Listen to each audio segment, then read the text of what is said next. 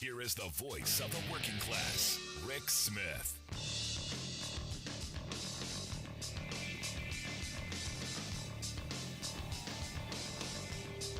And welcome, brothers, sisters, working class heroes. This is the Rick Smith Show. Thanks so much for being here today on the big program. Lots to get to, lots to talk about. My favorite story of the day. May remember a couple days ago, Mike Lindell, the pillow guy. Weird stuff going on in Ohio with him. Who knows? But hey, it's Mike Lindell. What do we expect? Evidently decided he was going to go to Canada. He was going to get a truck. He's going to fill it with 10,000 of his pillows, and he was going to go to Canada. They denied him entrance. And you go, did you not think that one through there, Mike? And there's part of me that goes, did it on purpose? Again, you know, setting the victim narrative. And also, so he didn't have to give away 10,000 pillows. So he could claim, hey, I tried, and I was denied. The evil, bad Canadian government wouldn't let me in, because you know he's not vaccinated. And this whole thing is over the fact that the Canadian government doesn't want Canadian citizens coming into the U.S. Who are unvaccinated and then coming back, because we've so badly screwed this up. But I do find it interesting that the pillow guy was turned away and, again, played the victim. Not surprising. So, of course, the right-wing rage machine was in full tingly in the panties mode, all bunched up and wadded up, and complaining how there's tyranny and how we just can't cross a border. This is the part that was hysterical to me. These are the people who wanted to build a damn wall, saying, no, the My Pillow guy should fill up his truck and just drive right on through, because he's the My Pillow guy. I mean, the hypocrisy, the idiocy, it knows no bounds. And look, that's the point. They're not bound by facts or reality or truth or anything. It's just whatever they can do to get people all riled up. And look, we've got people riled up at me, and I'm okay with that. Because I said from the beginning, and I've been very clear on the protest there in Ottawa, very clear from the very beginning, all in favor of people have the right to protest. It is a tactic. Do your tactic. Move what you got to do. Do what you have to do. Push the message. But it's a tactic. It's not a strategy. A tactic is something to get you to a strategy. A strategy is a plan. You cannot indefinitely shut down trade lines. You can't shut down a city indefinitely. There's going to be a reaction. And if you were thinking about this, and again, as someone who has been part of these things, understanding that it is a tactic, you have to understand what the long game is. And I said, look, eventually they're going to come in, they're going to start pulling these people out. And I'll be honest, I'm surprised the Canadian government has taken as long as they have to act. I'm really surprised. Do you think, let's roll this back into the Wayback Machine. Do you think Donald Trump would have allowed Black Lives Matter to shut down the city of Washington, D.C. for 3 weeks and get between him and his Diet Coke? I mean, seriously, do you really think shutting off the ice cream supply line was going to happen? Of course it wasn't. He was dying. He was dying to send out the National Guard. Can you imagine no hamburgers for an entire 3 weeks? Can you seriously? I mean, stop and think about the ridiculous arguments that they're making. It is a tactic. A tactic is part of a strategy. That strategy is to build popular support and to move it forward in the political arena. It's not to just throw a temper tantrum in the middle of the street and have nothing for it. Understand, this is not a blanket. I've been told hundreds of things that just aren't true. Well, you know, there's a mandate for every person in the entire country, and they're going to force people. They're going to grab and throw them down. They're going to jab them on. That I've even had someone tell me that they're enforcing the mandates right now. There are crews going around right now forcing people to be vaccinated. And I'm going, I don't know what planet you're living on. But that's not the reality. And look, the conversation on this, if I'm the Canadian Prime Minister, I'm going, look, folks, you're not going into the U.S. and bringing anything back. They're boogering this up. We're doing the best we can. If you don't like it, don't go. It's that simple. Go somewhere else. This is the weird part in all of this. Look, I support people's right to protest as part of a strategy. I have never, even when we were in Wisconsin all that time, you knew that it was going to end. You knew that you were going to have to make this a larger political movement. You knew that this was going to have other components. It was part of a strategy. And granted, that strategy was ongoing, and it was something that, was evolving.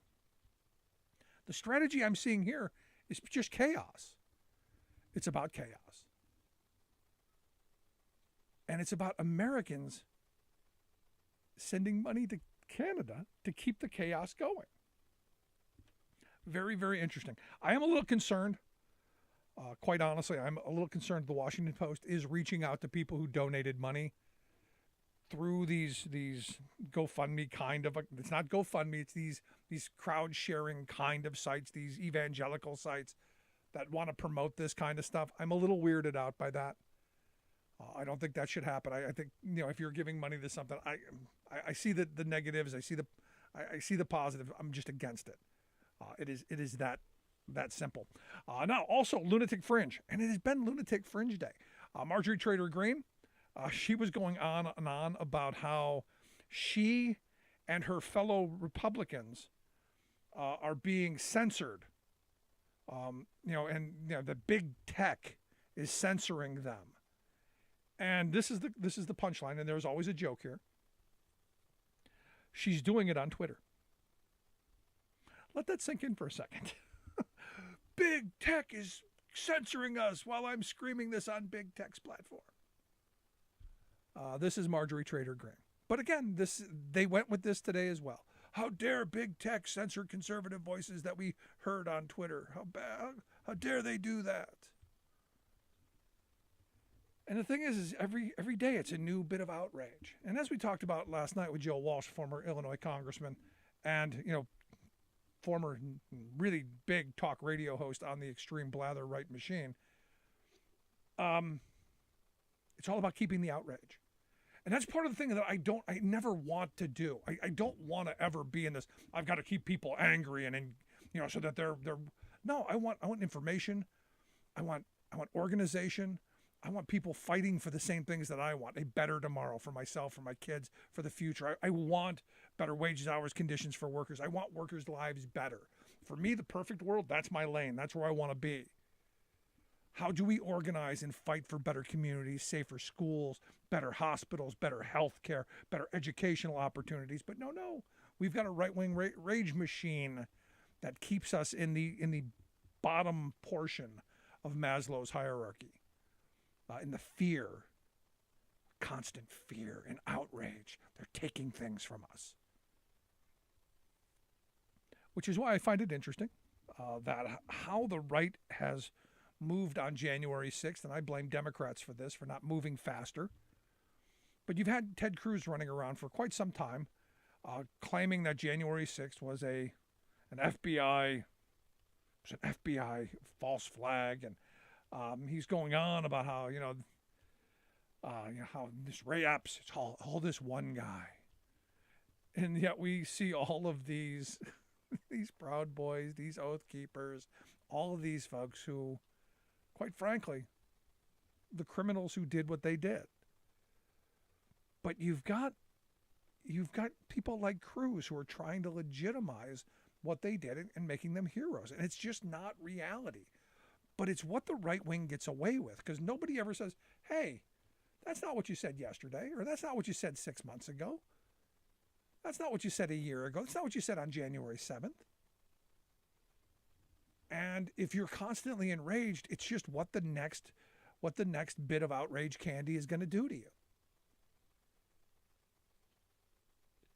I mean, the mask mandates and the vaccine stuff, man, they were raging on that forever. It's all a failure. It's all a hoax. It's all no good. It's all terrible. We're tired of them on airplanes, and it's the end of society. I'm tired of... Rand Paul, perfect example. was on TV saying that he's tired of airlines treating him like garbage. He's tired of paying them. He said, I just want them to bring me water and peanuts. I don't want somebody, his words, jammering at me to put on my mask. Jammering. And here's the thing. Walk. I mean, you have an option. This is your freedom. You have an option. He wants to make it illegal to have this go on because he wants to infect and inflict whatever he wants on other people. That he believes is his freedom. And this is dangerous because, what's happening on these airplanes with people like, well, not Rand Paul, his son a couple of years ago, back in 2015, I believe his kid got arrested for disorderly conduct and assaulting a flight attendant. Yeah, drunken, disorderly, all of that stuff. But hey, no, can't talk about that. We're in this spot where it's all about keeping people angry and not talking about, hey, how do we get to the best possible outcomes? I personally have a weird moment. I have, my family, they're unvaccinated. My relatives, a good number of them are unvaccinated. My wife, my kids, all of us, we're double vaxxed and boosted. Find out today that my last three relatives that I have contact with, all of them have now contracted COVID. All of them have bad symptoms. All of them have, comorbidities. All of them potentially within the next week or two, 3, whatever, however long this is going to take, could be gone. And I'm in this spot where I've said, look, you got to get vaccinated. If you don't, your chances of dying are higher. But they've listened to the right-wing rage machine. They've bought that it's all a hoax. They've bought it's just like the flu, even though all of them are right now saying, no, not like any flu I've ever had. And I'm in this spot where you go, you made choices. And is it cruel to go, I'm going to miss you? Because this is one of those moments where you make choices, you live with the consequences, and the consequences in this instance can be deadly. I'm curious your thoughts. 1-866-416-RICK, 1-866-416-7425. This is one of those things where the blather coming out of the speakers, the misinformation, the disinformation coming out of the tube, have real world consequences. These are dyed-in-the-wool Fox News people. They voted for Trump first time in their lives. Registered to vote for Trump because he was going to make America great again. He was going to take us back to the good old days of the 50s and 60s when there were jobs plentiful, when factories were humming. And of course, those people were in their place. First time in their lives they went to vote. And that's how in April of 2016, I knew Trump was going to win, because I saw these people that I grew up with. I saw people who had never been politically active being pulled to the arena saying, oh, we're gonna make change. We're going to tear things down.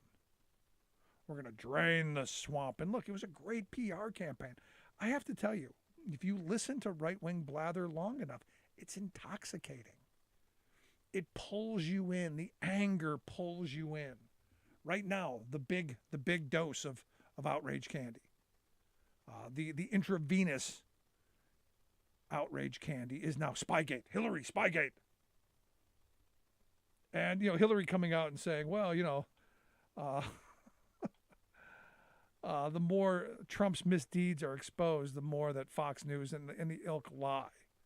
And you go, that's a nice statement. It's good on a political bumper sticker, I guess. These are the people who were when they go high, when they go low, we go high. As where I was like, when they go low, you stomp them into the ground. And if you ever played football, someone's coming at your knees, you push their face in the mud, and then you step on the back of their head so they don't do it again. And this is where Democrats have got to toughen up. This is where the message has to get tougher, because this Spygate nonsense is just that, nonsense. It is a fabricated crisis. It is made up. You know, I saw the headlines. Oh, it was great. I mean, it was really, you have to give the outrage machine credit. It was amazing. The headline: Durham, Hillary Clinton campaign paid tech company to infiltrate Trump's servers. Durham bombshell, worse than Watergate. Durham report rocks the political world. I mean, it's great. Oh my gosh, this is breaking. It's incredible. Oh, we're going to get that. You know what? We're going to get her. Finally going to lock her up. And you had all the MAGA hats, you know, running to get their red hats and their T-shirts and wrap themselves in the flag that they're supposed to be hanging from a pole instead of doing what they do with. Because now we get to lock her up. Only the problem is this is a giant nothing burger. I mean, an enormous nothing burger. There is nothing here. The whole thing, and this is beautiful, the whole tale was spun by a motion that was filed by Trump's selected special prosecutor, John Durham.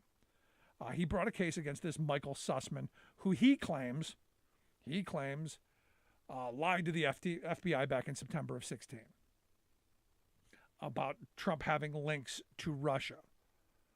Now they're saying, you know, Sussman is a cybersecurity lawyer. They're saying, hey, he's got ties to the Democratic Party, and he does. But evidently, the story goes like this.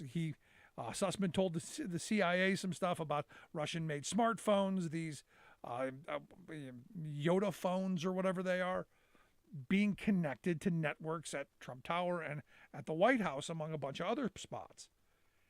And, you know, immediately now they're going, oh my gosh, see, they're spying on Trump. And, you know, they did it while he was in the White House. This was the best part. He did it while he was in the White House.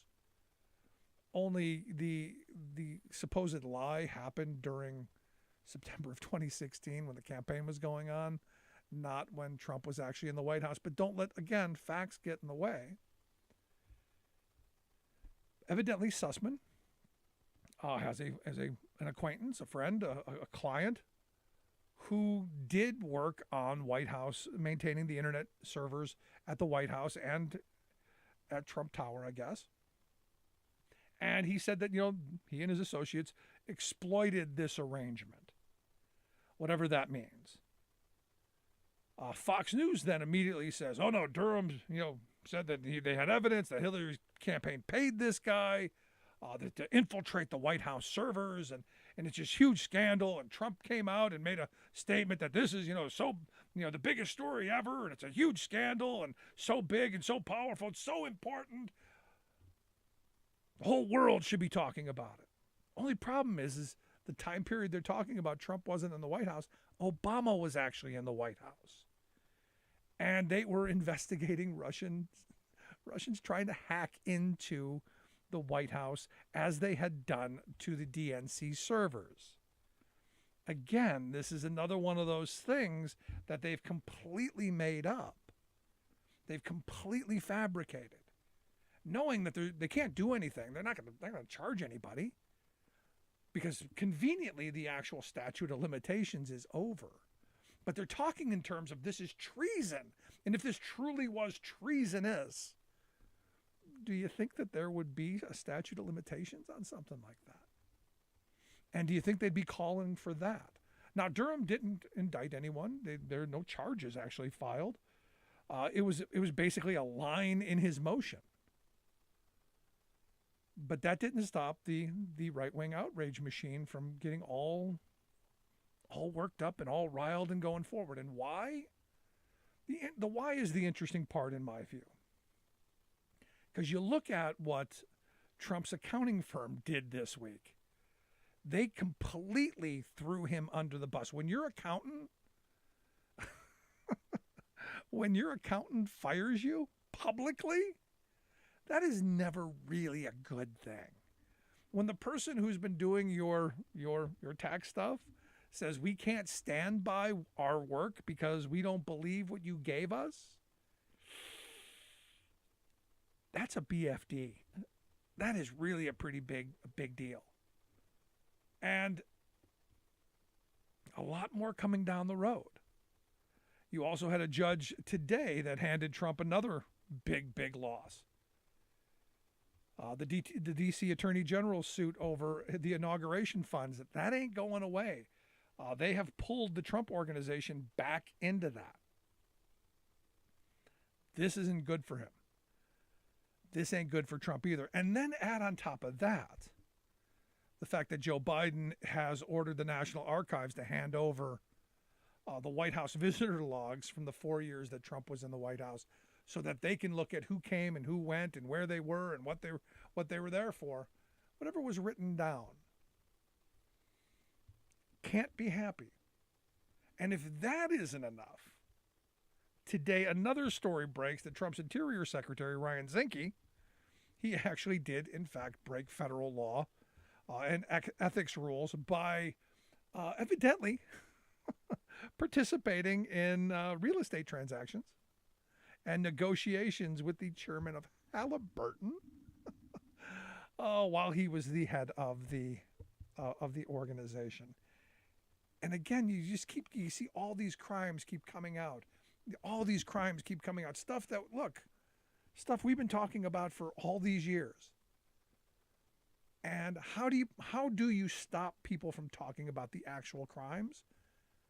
Well, you create bigger ones. You create conspiracies. You find the boogie woman. And look, people on the right and left don't like Hillary Clinton. She's an equal opportunity hate monger. People thrilled to see something had happened to her, which is why they keep choosing her, which is why they keep attacking her. That's what it's about. Look, I'm no Hillary Clinton fan, but this is nonsense. And the question that I have is, do they know it's nonsense, or have they consumed so much of their own BS? Have they gone so far down the insanity hole that it doesn't matter anymore? And this is where, we have a problem in this country. Our media is a problem.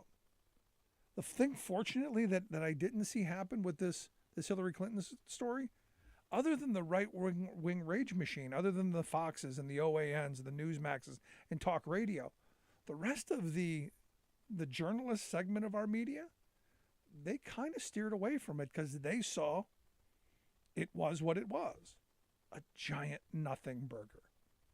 Because again, all of this stuff that is now, oh my God, it's the end. It's, oh my gosh, this is incredible, was all reported on last year.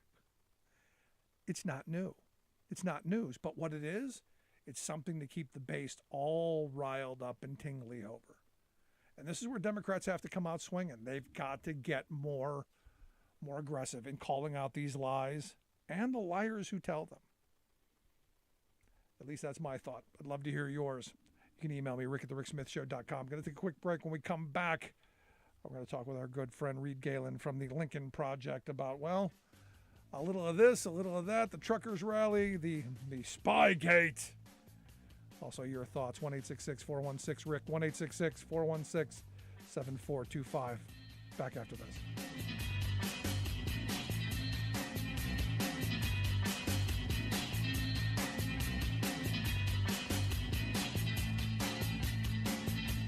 I'm Rick Smith, and this is Labor History in 2.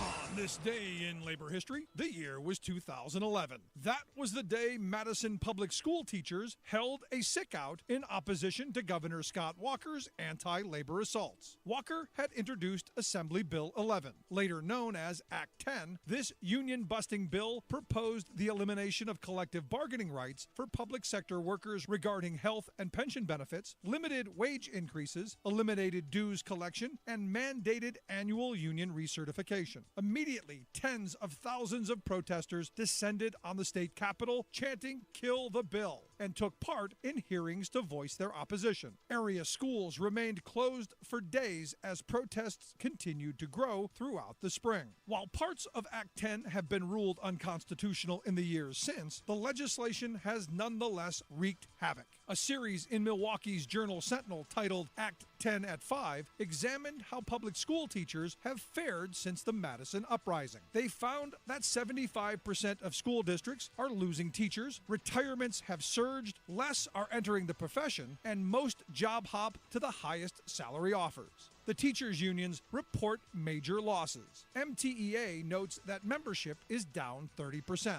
WEAC reports that membership and dues collection were cut in half. Seniority rights have evaporated and layoffs are increasingly tied to performance. Annual salary growth has slowed, stopped, or reversed. Teacher morale is low in many districts. Teachers often complain of additional unpaid duties, larger class sizes, and more performance reviews. There are new restrictions on attire as well as speech and political activities. If there is any good news, it is that unions survive annual recertification and remaining members are more active and more engaged in union work. Corporate CEOs are mostly sedentary, well-heeled money people who would hardly be considered athletic. Yet, every now and then, a few of these soft elites bust out as championship players of an old game called duck and dodge. It's a sport of political finesse, played when social conditions reach a boiling point, threatening problems for the corporate order. In such moments, executives sometimes leap forward as social activists, claiming to side with the aggrieved. Ducking and dodging their own responsibility for the grievances, these corporate players insist that they will fix the system. But when public attention drifts, so do the fixers, returning to business as usual. Remember a year ago, for example, when our very democracy was under siege, not only by seditious right-wing extremist groups that stormed the U.S. Capitol, but also by a clique of pusillanimous right-wing Congress critters who joined the coup attempt. Outrageous, shouted members of the corporate establishment, pledging that they would save our democracy. How? By cutting off the huge campaign donations that they'd been giving to those 147 Republican lawmakers who voted to overturn the election. But wait, these born-again democracy champions are the very same corporations that use special interest cash to purchase lawmakers wholesale and steal the people's political power. Yet now they want us to believe they're our saviors? Sure enough, they quickly reverted to their true selves. Within weeks of so sternly chastising the seditious members of Congress, the corporate donors quietly returned to lavishing bribery bucks on them. Some 700 corporate phonies slipped $2.4 million in donations last year to members of Congress they were publicly condemning as un-American. This is Jim Hightower saying, it'd make more sense to trust a coyote to guard your last lamb chop than to think that corporations value anything but their own profit.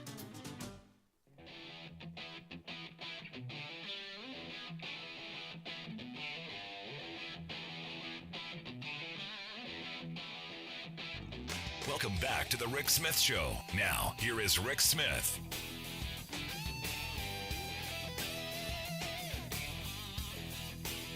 So as I've been saying, look, the outrage machine, all about keeping people all bunched up in the panties and angry and incapable of looking at reason. And this is kind of where we are in this moment, as all of the crimes are being unfurled and we're seeing more and more what came out of the previous administration. The allegations, the insanity, the things that our right-wing outrage machine has done over the years, well, they're ramping it up. And here to share some thoughts on where we are, where this all could take us, and why haven't the Democrats steeled up and begun to fight back, I've asked Reed Galen to come talk with us. Reed is a co-founder of the Lincoln Project. You can check out their stuff at lincolnproject.org, I believe. Reed, thanks for taking time for us. No, thanks, Rick, as always, for having me. So, I'm looking at this moment. I'm watching all of the stories coming out, this new Hillary Spygate stuff, which is, wow, it kind of reminds me of one of those 1980s kind of spy novels with great graphic details, but nowhere close to reality. And, it's catching on with that segment because I'm getting hammered with comments and emails and I'm a Clinton defender. Look, I'm not a huge Clinton fan, but when something's BS, it's BS. Well, I think that's right. And I mean, it also shows you that, that Secretary Clinton is a perennial favorite of the right wing and radical media.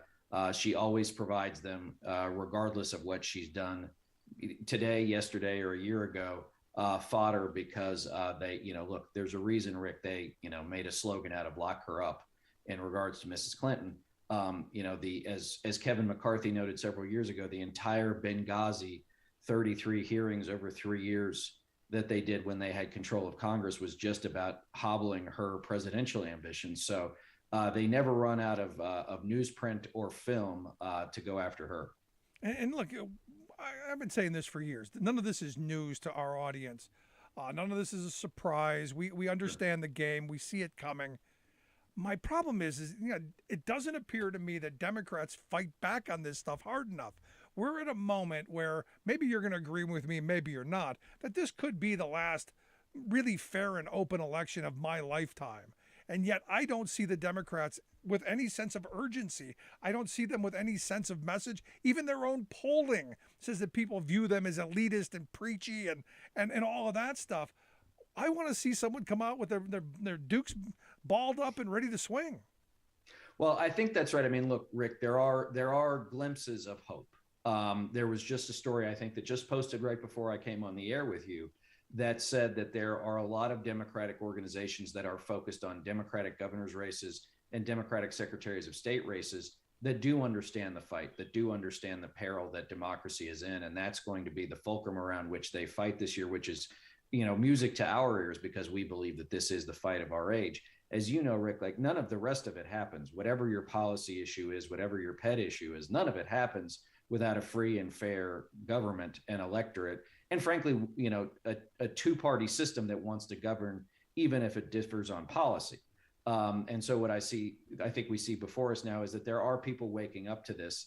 But one thing I want to say about message too, Rick, is and this is something I think you and your listeners probably know inherently, is that messaging is devised from belief.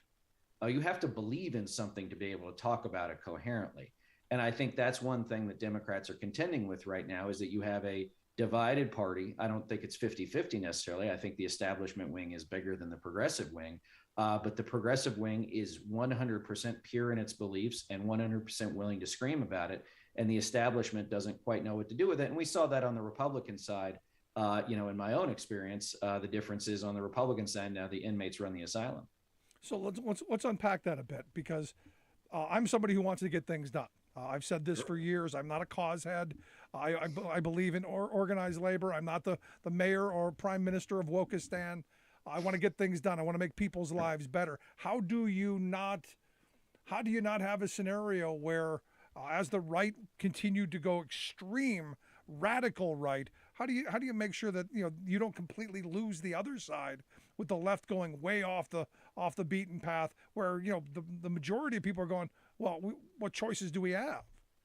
No, I think that's absolutely right, and you hit the nail on the head, which is what we see is, like, if you put two magnets backwards towards one another, right? They push against each other. They push away from each other. And I think as the right has gone more radical, there's a segment of the left that has moved out further outside the mainstream as well. I think the difference is that the establishment Democrats have been unable or unwilling to stand up to their own party and say, these are not the things that A, we believe in necessarily, or B, let's be clear, if you want to win elections, there are things you must do, must say, because they're out of step with the broad, swath of the American electorate. Purity's fine, right? When it comes to loving a football team or something. Purity in politics rarely works. And I think, Rick, to your point about getting things done, I think it was no less, I've got on my bookcase here, my bookshelf here. Where the hell is it? Oh, I don't know. But, Rules for Radicals, right? Who says, if you're trying to get to 100, and you start at 0 and you get to 30, you didn't fail 70% of the time. You're 30% ahead of where you started. And I think that's one thing that, again, I think it's sometimes easy for those purified activists to say, we want all or we'll take nothing. That's easy. That's the easy way out, because you can say, they didn't give me what I wanted. I'm going to take my ball and go home. You and I, Rick, know that's not how the real world works. No, and a perfect example of that is the the infrastructure bill. I was in favor of getting the bipartisan infrastructure bill pushed through, but there was a moment where we would have gotten nothing because they were trying to tie the Build Back Better plan and the infrastructure bill, which at the beginning I'm like, this is a good idea, it's a good negotiation tactic, but at some point you got to get something done. And knowing that eventually the Build Back Better plan was dead on arrival. I didn't realize at the time it would be Joe Manchin to kill it, but that's kind of in that line. Well, I think that's right, but I think, well, first, I mean, we now have proof in the terms of, I guess, a memo he wrote to Senator Schumer sometime last fall or late summer that said, "I'm not for Build Back Better unless it gets to this number." And Rick, as you know, in the getting things done sphere, people in Washington love to throw around numbers. It's 3.5 trillion, it's 2.1 trillion, it's 1.3 trillion.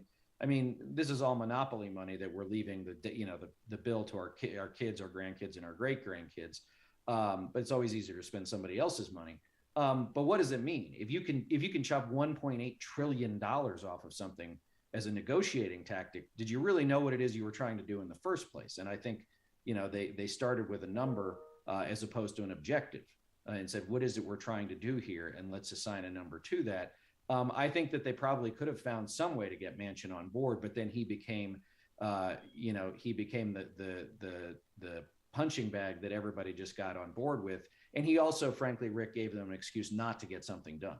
Yeah, well, let me ask you this, because I'm hearing a lot of people saying, well, the left's got to learn the lessons that the right learned years ago, because when the right wants something, they figure out how to get everybody in line and move their agenda. When they take power, they get the things that are important to them. Supreme Court justices, tax cuts. They get what is in their base, what is in their message interest. As where the left, where Democrats don't. They don't drive the steamroller well.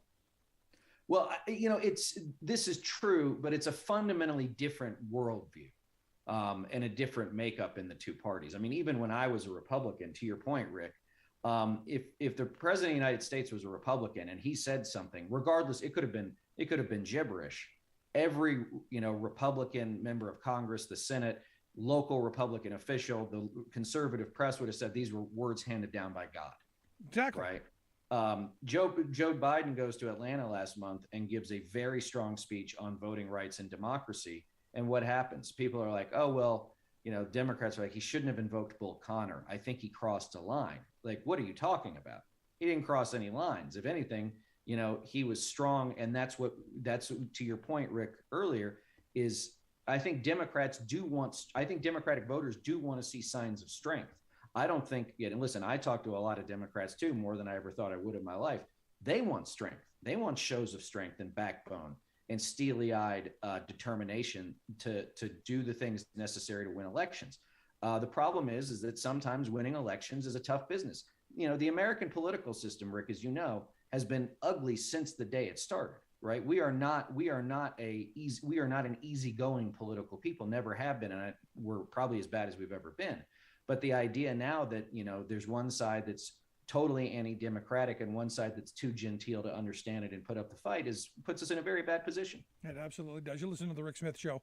We're with Reed Galen. Reed is the co-founder of the Lincoln Project. You can check out their website at lincolnproject.us. We'll get links out on social media, how you can do that. If you got a thought, question, comment for Reed, give us a yell, 1-866-416-RICK, 1-866-416-7425. Now, to that point, I've said for years that working class voters like me, want to see a party who's going to, in a street fight, going to ball up their digits and get in there and take a couple of punches, not just offer to hold my coat. And sadly, what we've seen for too long is a party willing to hold the coat or, turning and going in the other direction. And we're in a moment right now where this is a defining moment. Because I think I've talked with other Lincoln Project people about this. The message isn't policy now. The message is, do you believe in democracy or do you not? Do you believe in the rule of law or do you not? Do you believe in our institutions and this country or not? Because the other side, your former party of which you helped create, they want to burn the damn thing down.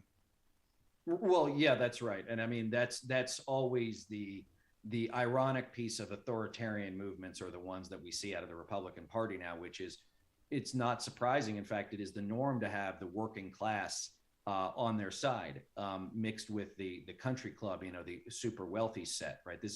We've seen this in history, really, just even the last 100 years. Is not an unusual phenomenon. Democrats seeded the working class of the middle of the country far too fast, in the 80s and 90s and into the 2000s, and now they've been pushed out to the coasts. But Rick, the one thing I will say again in my conversations is there are Democrats in rural areas. There are working class Democrats. There are church-going Democrats, but no one talks to them. No one asks them for their vote. And frankly, no one speaks the language that they speak. There are parts of the country where you're working class Democrat for a long time. You're a working class Republican, right? If you're standing on a road crew, maybe you argue about politics, but the way you see the world is probably not significantly different from the other guy. The only thing you probably both agree on is that, like, the lady driving by in the Range Rover with the white dog in her lap has no conception of how you live. And I think that that's a part that we really need to understand is there are votes for Democrats out there, but Democratic candidates have to go ask for them. And groups like us are going to go find them and help talk to them. And that's a good thing. It's the reason we started this program over 16 years ago. The world that me and my truck driver buddies were looking at, and the positions we were taking were very different, given the fact that, look, truck drivers sit in a truck all day long and they're consuming, Hannity, Limbaugh, the whole 9 yards of rage machine, products. And I actually had a union guy tell me we'd make more money if there were no union here. That's how far down the road this guy had gotten. And over the years, I haven't seen the kind of counterbalance of message. There are people saying, oh, we need the fairness doctrine again. No, we need people who are willing to stand up and fight for what they believe in. And that, to me, is the simple answer. Well, I think that's right. And I think especially, too, especially with private sector unions, there is, I think, a lot of opportunity there for them. And Rick, we're seeing this, whether or not it's at Starbucks, whether or not it's at Amazon or elsewhere. Or the fact that there are people who just won't work for $12 an hour anymore, right? That in and of itself is sort of a mass unionization, even if it's not organized, which is, the power of the individual worker has ebbed over the last 40 years. I don't think anybody would disagree with that. But I think now what you're starting to see is that there's a turning of the page, but the Republican Party is never going to turn that page, right? They're never going to. And so I think the Democrats have a real opportunity to do that, but they have to get away from being beholden to the same big corporate interest that, frankly, Republicans are. Yeah, no, you're spot on accurate. And for me, there's a spot right there where I think unity can happen. There are a number of issues that I believe that we can bring the country and unite the country. And I believe they're working class issues. On Election Day 2020, and I've said this a bunch of times, I wasn't arguing over who won or who lost yet because I knew it was going to take time. I was out leading a strike of 55 workers who 3/4 of them voted for Trump. I was out there with them doing that because they were fighting what was the right fight: better wages, hours, conditions, better opportunities. These are the kind of things that I think we should be focusing on, along with our trade policies and bringing jobs and recreating a national security manufacturing powerhouse in this country. Those are areas I think that Republican, Democrat, Independent, doesn't matter. We can bring those people together with that kind of a message and agenda. Well, I think that's right. I mean, I think that, I'm not an expert enough on trade, globalization, any of that stuff to be credible on it, probably. But I mean, to your point about individual union members, I think there was a story out of Texas today, Rick, where I think after 5.5 years off the job, there's a steel workers union at an oil refinery in East Texas where, they're finally going to get back to work. That's a long time to be out of work, as you know. And Texas is a right to work state. Anyway, but these guys somehow managed to still have their union. And so, it took a while, but finally, I think it's an Exxon refinery or an Chevron, whatever it is, Exxon Mobil refinery said, okay, let's find a way to do this. And I think that, we have to get away from and even Jamie Dimon, right, who runs JP Morgan, one of the biggest banks in the world, said, like, we have to get away from the shareholder value thing and back to, like, why do people want to work for us in the first place? And I think that unions can be, again, especially private sector unions can and should have a part in that. And Democrats shouldn't be afraid of it. No. Let me ask you this: as a former Republican, how hard is it to say that? I lived in California for 10 years. So, I got pretty leavened on that. Okay. But I'll say this is that I was never an anti-union guy. I wasn't a very good Republican either. But I'll be honest with you too, Rick, that I have not been a union worker. I've never belonged to a union. And so frankly, it has been something that I haven't been really in touch with, to be honest with you.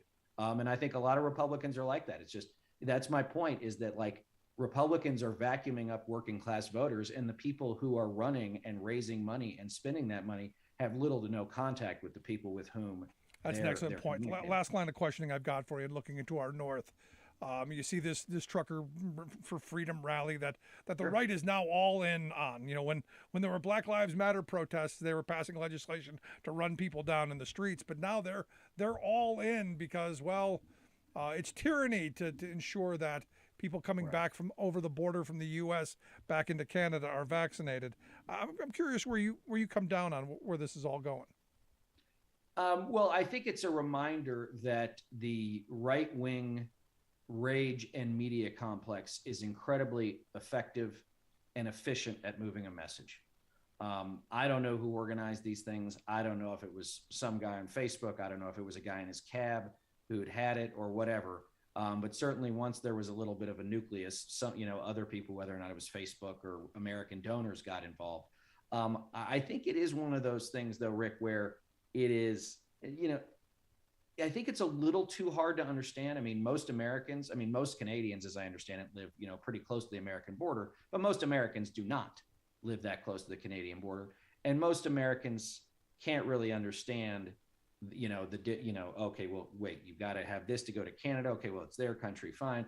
But what you see they're trying to do is ultimately the goal is to try and connect the truckers to the supply chain, right? And you can't get what you want because Joe Biden, blah, blah, blah, blah, blah. Well, the truth is, nobody's going without toilet paper or food, right? Nobody had an unhappy Christmas because they couldn't get what they wanted or needed. And so it's just one more thing I heard you coming back from break. They've got to consistently just jab that adrenal gland of their viewers and their listeners, because I think without it, frankly, Rick, they're so probably overwrought emotionally and psychologically based on how amped up they've been for 5 years, that without that continuous stream of vitriol, they'd probably all just collapse. Which brings me to this interesting poll that I saw Gallup conducted.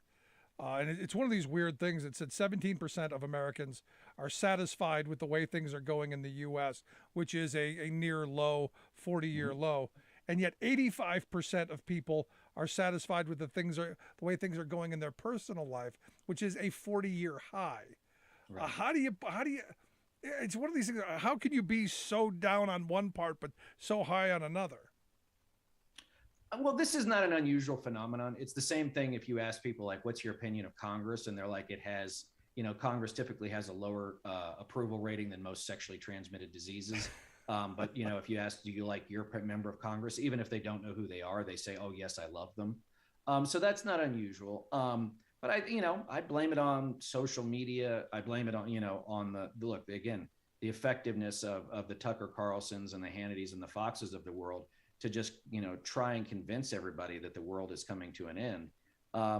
So that's not an unusual thing. And I think actually, it's a good note that you picked up, Rick, which is people are like, oh, well, in a midterm election, a president with bad approval ratings, he'll lose seats in the House, lose seats in the Senate, whatever. That might be true.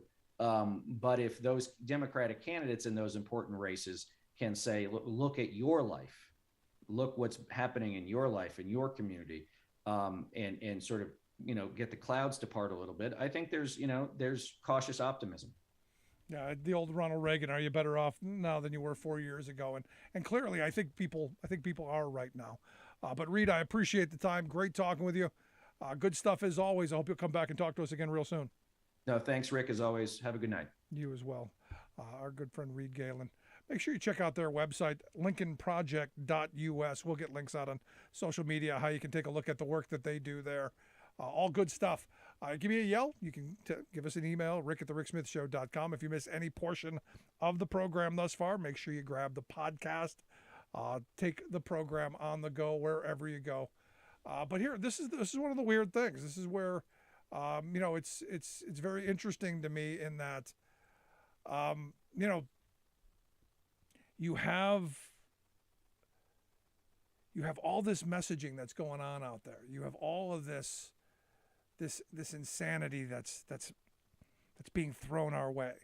And I think, like you said, there's still people out there who are going, things aren't that bad.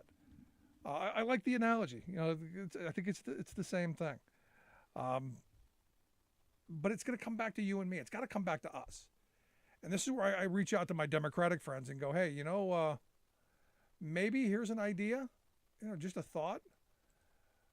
Maybe, just maybe, we should be figuring out how to get a little enthusiasm, because things are happening. Things are moving in the right direction. The economy is getting better. For all of the talk of, oh my gosh, the sky is falling, and every time we hear Fox News say Biden inflation, the reality is things are moving in the right direction. On a little bit later in the program, we're going to talk about the Biden inflation. We're going to talk about why the sky isn't falling, and why we're in the moment we're in, and why this is actually, here's the weird part. This is the inflation part is due to the fact that, the president has had some really good success. The nearly 7 million jobs that have been created.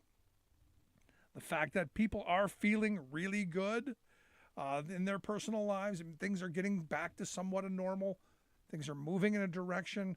That to me is a sign of success. What's holding back that message? Well, you've got an entire political party hell-bent on his failure. Think about that for a second. Think about waking up every day and saying, you know what, I want to do what's best for the American people, all of the American people. And this is where I get frustrated. But I'm glad that Joe Biden and the Democrats do, when they are in control, when they do have policy, that they do include everyone. You think about the Build Back Better plan.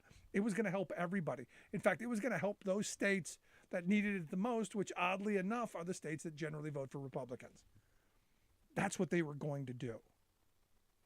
It was going to help overwhelmingly in West Virginia. And you know what Joe Biden's approval rating in West Virginia is? It's like 17%. And yet there were going to be millions of dollars going for health care and for child care and for education and for all infrastructure and all kinds of stuff. And it's Joe Manchin that held that back. And yet he's popular. Why? Because the rage machine keeps people all riled up, and without actually thinking about, hey, how could that investment help us? How could, early childhood education help our family? How could subsidizing some child care so families can get back to work, how could that help make lives better? Because this is the world that I live in. People go, well, what are you? I had some guy the other day say, you're a blind partisan Democrat. Like, I'm not a blind partisan anything. If anything, I'm a green conservative liberal libertarian. Whatever policy works, whatever's going to get us moving forward, whatever's going to make lives better, that's where we're going. Show me some policy. Let's talk about how we get to that place. Don't try and bludgeon me over the head with ideology. Love to hear your thoughts. You can email me, rick@thericksmithshow.com. Quick break.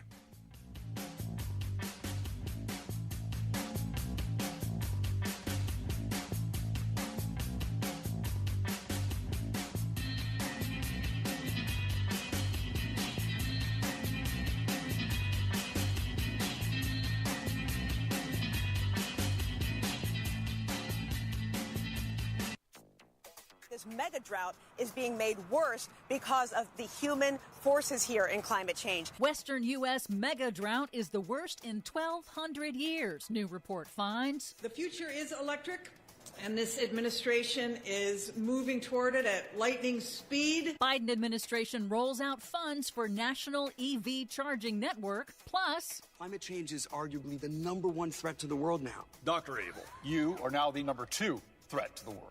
I refuse to be number 2. Car makers spend big touting new electric vehicles during Super Bowl ads. All of those stories and more straight ahead from BradBlog.com. I'm Brad Friedman. And I'm Desi Doyen. Stand by for 6 minutes of independent green news, politics, analysis, and snarky comment. I don't know about you, Trey, but my car doesn't run off fairy dust. My car doesn't run off unicorn urine. Have you tried just plugging it in, Senator Kennedy? Just curious. This is your Green News Report. Okay, Desi Doyen, well, it looks like saber rattling is not good for the world, but it sure seems to be good for the oil and gas companies, don't it? Yes, it do. Global crude oil prices have already jumped to more than $90 a barrel, the highest since 2014, amid escalating tensions between Russia and Ukraine. Energy analysts warn that a Russian invasion of Ukraine could drive global oil prices to well over $100 a barrel, in turn increasing retail prices at the pump for consumers and prolonging elevated inflation. In the past, high oil prices have tipped the U.S. into recession. Some analysts have projected that the spike in oil and gas prices may speed up the shift to renewable energy, but not so much for those who profit from higher oil prices. A new analysis finds that big banks are still funding new oil and gas projects despite being part of a UN-led group called the Net Zero Banking Alliance. Since joining the Net Zero Banking Alliance last year, 24 banks have provided $33 billion for new oil and gas projects. What part of net zero do you banks not understand? Worse, half of that amount came from just 4 of the group's founding members: HSBC, Barclays, BNP Paribas, and Deutsche Bank. Stop doing business with them. The International Energy Agency says to meet the target of net zero emissions by 2050, there should be no new oil and natural gas development anymore at all. Meanwhile, the impacts of fossil fuel use continue to mount. A grim new study warns that in the U.S. West, the last 20 years have been the driest in at least 1,200 years, and man-made global warming is making the Western drought more severe. Researchers publishing in the journal Nature Climate Change analyzed tree rings going back to 800 AD, which is as far back as the data goes, and conclude that there would have been a Western drought regardless, but in the absence of climate change, quote, its severity would have been only about 60% of what it was. That's because as temperatures rise, the air pulls more moisture out of the soil and vegetation, making drought conditions much more extreme. We are really screwing this up. Previous megadroughts in the 1,200-year record lasted as long as 30 years. The study projects that this one will also likely last as long, taking it to 2030 at least. So we're about 22 years into the megadrought at this point? Exactly. Well, it'll be over soon. The 56th Super Bowl on Sunday in Los Angeles clocked in as the second hottest ever recorded. L.A. has been gripped by an unusual February heat wave that broke just a few hours before kickoff, falling 1 degree short of the record set in 1973, which was also in Los Angeles. And marking a cultural shift, nearly all of the Super Bowl car commercials focused on all-electric vehicles.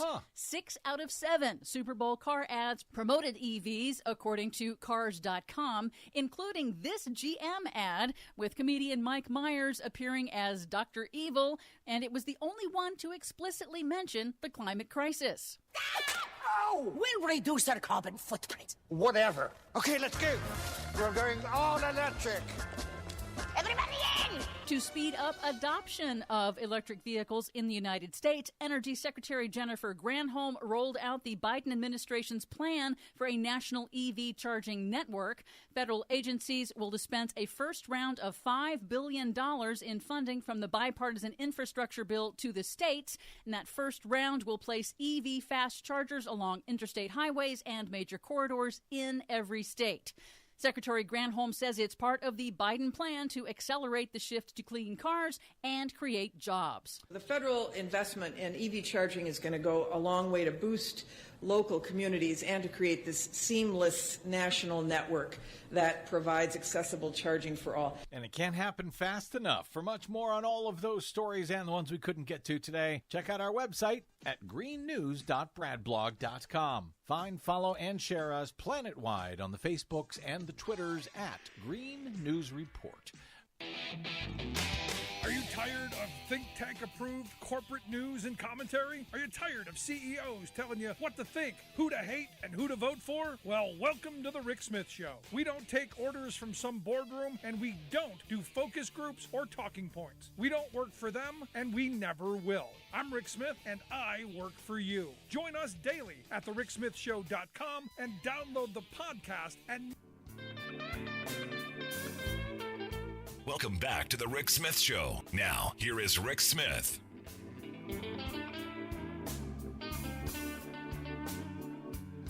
So over the years, one of the things that I have tried to do is talk about how we make lives better.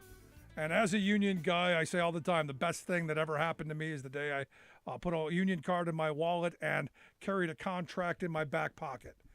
The fact that for every moment that I've worked, I've been compensated well. The benefits, the health care, the retirement, all of that have been superior because of my union and the negotiation of our contract. And I want that for everybody. I've said that 1,000 times. The best way for me to change our economy, to close the massive inequality that we see in this country, is to get more people carrying union cards and having contracts. And I look at what just came out from the Illinois Economic Policy Institute. They've got a new study out saying that what they've found is that union apprenticeship programs, they may actually be better for the middle class than a traditional four-year degree. And look, I'll tell you, I know a lot of people who've got degrees. I've got a couple of them myself. The guy who did my plumbing makes a lot more than they did. The people who did the brickwork in the back, a lot more than most folks I know with four-year degrees, which is why. And oh, by the way, can't outsource these jobs. That's the important part. That's why one of the things that we've done on this program is push the idea of union job, better life, and our apprenticeship programs being a huge part of that. And that's why I have asked Coty Johnson to come talk with us, and C.J. Cooper. Coty is a Bricklayers apprentice, and C.J. Cooper is a bricklayer with Local 1 in Washington and Alaska. That's their area. Guys, thanks for taking time for me. No problem. No problem. So let's start with you, CJ, because at the end of the day, you're the bricklayer here. You went through this program. Give me the short story of your life. Of my life, I grew up in Federal Way. I'm third generation bricklayer. So my grandpa owned a union masonry company back in Great Falls, Montana, and then my father was a bricklayer as well. So as I got out of high school, I was looking at the ideas of college, but the idea of joining the apprenticeship program, specifically the brick one, to follow kind of in my dad's footsteps, was something that really appealed to me. And so I was able to kind of get the information from him, and then here I am. It's a pretty short story. Did you always want to be a bricklayer? I mean, is this something that you said, hey, my dad's doing it, grandpa's doing it, all these people are doing it, now I have to do it? Did you feel pressured into it? Or is this something that's like a family calling? I felt pressured into it. My dad had always, supported whatever I wanted to do.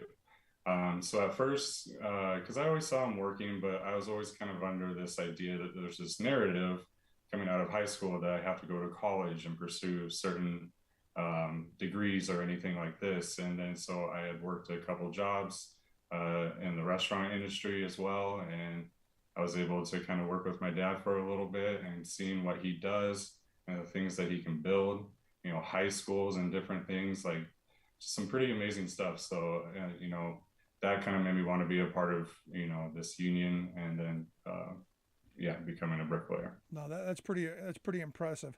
Now, Coty, you're the apprentice in all of this. You're the guy who's just coming along, just learning. Walk me through, how'd you get involved in this? Why'd you jump in the middle of this? Give me your story. Okay, so I got involved. I'm not a third generation bricklayer. I'm 31. I'm from Federal Way as well. I actually thought I was going to become an NFL superstar. Don't it we didn't all? pan out. It didn't pan out, and I graduated, but I didn't pursue a college degree after that. So I found myself working temp jobs, working through staffing agencies for about 5 to 6 years. Eventually, I started having kids. I have three young sons now, and I needed to make more money. I was working for $12 an hour. I got tired of it. I got to doing some research on Indeed, and the Bricklayer BAC Local 1 was on there. I walked in the doors ready to go. I didn't know what I was doing. I thought I was joining Illuminati. They said, "You're a Mason." So I went in with my bootstrap ready to go, and here I am now. That's an incredible story. So walk me through some of this, because the apprenticeship programs that I've talked to people about, they're challenging. The important part is you get paid while you're learning it. Walk me through what your experience thus far has been. Oh yeah, it's been incredible. Actually, I came in the door making $22 an hour. Like I said, prior to that, every job I had was $12 an hour. So, and I didn't know anything. I was green as day. My very first day, I was useless. I know I was. But 3 years into the trade, I'm about to journey out. I've learned so much. I've gotten pay raises every 6 months. I think I'm making about almost $40 an hour now. I'm learning as I go. I'm not the best, but I'm learning from the best hands in the business. I have people like CJ teaching me. And my life is completely different.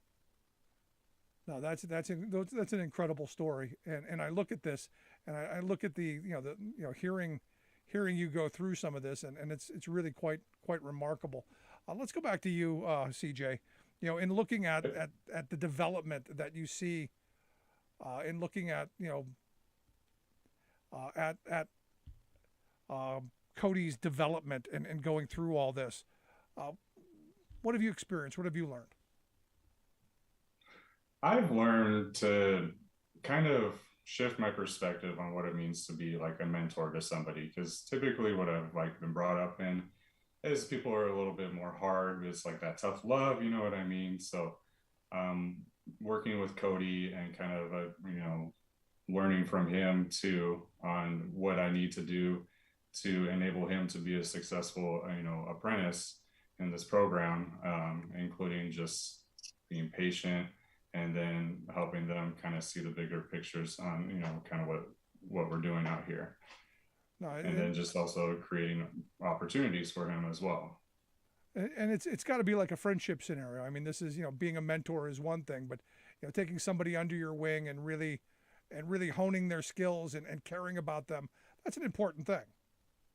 Yeah, and I totally agree with that. I think mentorship is very important, because I feel like, before, like when I was an apprentice, I feel like sometimes I was kind of on the outside in a way, that there wasn't really anybody there to either advocate for me or kind of help me through things and stuff. So just kind of wanting to change that and change that culture, and then developing better relationships with these apprentices so they can feel like they're, part of something, and then they can feel like they're craftsmen and being a part of something bigger. So CJ, in looking at this, do you wish you'd have had some kind of program like this? Did you have a mentorship like this? Because I go back and I think about my time when I joined the union first. I had an old timer. It was nothing set up. There was nothing. There were no rules. It was an old timer, came over, put his arm around me, said, "Kid, I'm going to teach you how to be a teamster. I'm going to teach you how to drive a truck. I'm going to teach you to be a decent person." How was it when you went in? When I went in, I was kind of with my dad a lot, but I was never really working around him very much because he was always running the job. So I would, like a lot of the people that I would work with that would teach me, it was just very much a tough love environment.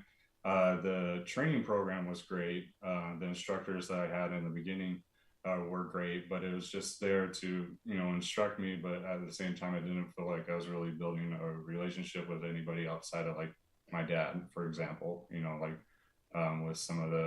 the instructor that they had at the time. I mean, he was a really great instructor in the terms of knowledge and things that you can learn from him. But just kind of having somebody there to kind of develop a relationship, didn't have that experience quite as much when I was an apprentice.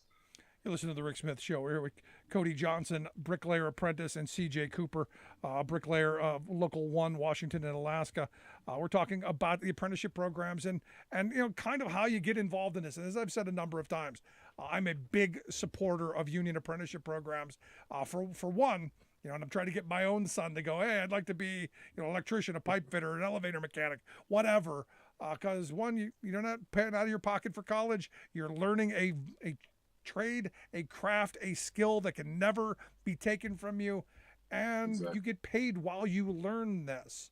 That's the important part. These are folks who are never going to be saddled with a lifetime of student loan debt. These are people who, while they learn their craft, they are earning a good, decent, family-sustaining wage. And Coty, I want to get your thoughts on this because I'm sure when someone laid this out to you and said, hey, we're going to bring you in, we're going to teach you this, you're going to have this skill, I got to think you were a little skeptical. Absolutely. Very first day I was, we had PTs, they call it physical training. That's before you actually get into the field as a pre-apprentice. You do PTs for about 2 weeks. It varies wherever you're at. The instructor pretty much took us around to the other journeymen who were at the school at the time, and he asked each one of them, how much are you making? How much are you making? And every one of them was like $1,200 to $1,500 a week. And at the time, I was making that in like 3 weeks. So I didn't believe him. But like I said, I stayed down, and 3 years later, I'm making that much. It's beautiful. That is incredible. So CJ, how is he? How's he doing so far?